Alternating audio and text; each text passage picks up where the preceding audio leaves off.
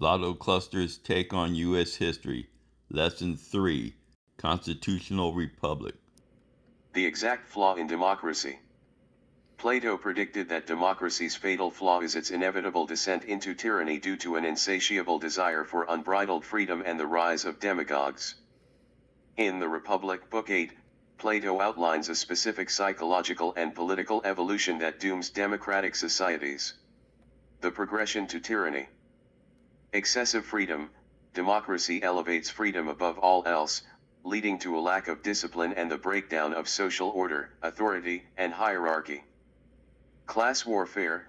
Society splits into three groups: the idle spendthrifts, the wealthy elite, and the working masses. The rise of the demagogue. To protect themselves from the rich, the masses elevate a single champion who promises to redistribute wealth and protect their interests. The shift to tyrant. Once this popular leader gains absolute power and tastes blood, often by falsely accusing political rivals, they must spark wars and create chaos to remain necessary, transforming completely into a tyrant. Key flaws identified by Plato. Rule by the unqualified. Plato used the ship of state analogy. He argued that just as a ship should be steered by a trained navigator rather than a popular crew member, a state should be ruled by experts rather than winning a popularity contest. Mob rule. Democratic citizens are easily swayed by emotion, rhetoric, and short-term desires rather than logic and long-term wisdom. The killing of Socrates. Plato's philosophy was deeply personal.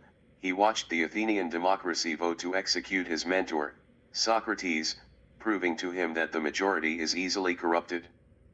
The founding fathers of the United States used Plato's warnings to design a constitutional republic instead of a direct democracy.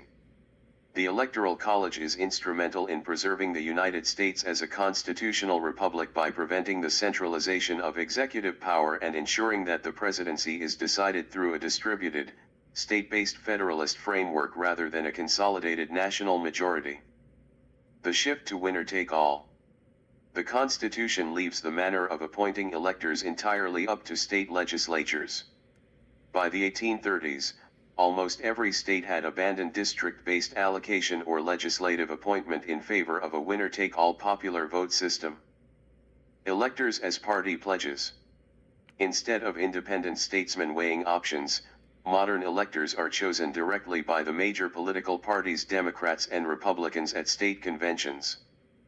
These electors are tightly bound by state laws and party pledges to vote strictly for their party's nominee.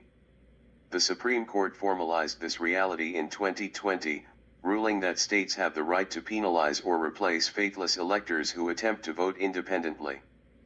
The resulting dilution of original intent. Through the structural dominance of the Democratic and Republican parties, the modern Electoral College operates in complete antithesis to its founding concept. Plato prediction. Loss of the constitutional republic. Resulting centralization of executive power under a political faction, Republicans, and a tyrant, Trump.